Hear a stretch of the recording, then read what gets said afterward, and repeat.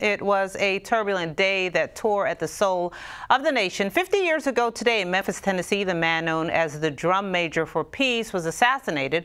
Dr. Martin Luther King Jr., the leader of America's civil rights movement, was killed on April 4th, 1968. His murder sparked days of violent disturbances across the country. Observing that infamous day, a local faith-based organization held a rally in D.C. calling for an end to racism.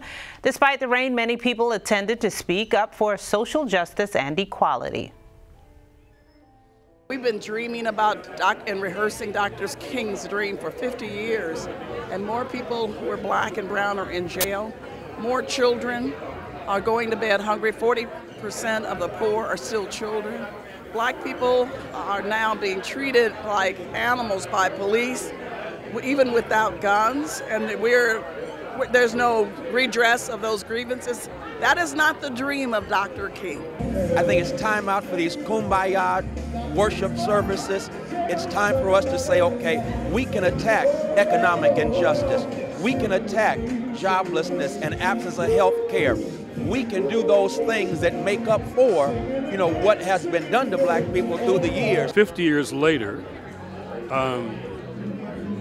Dr. King was talking about, at the end of his life, the giant triplets of evil: racism, poverty, and war, militarism.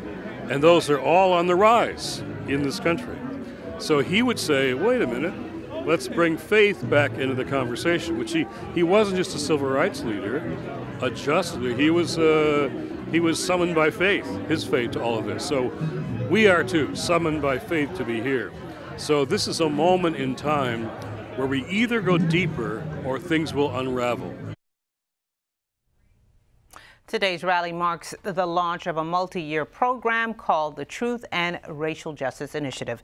As the nation pauses today to remember the assassination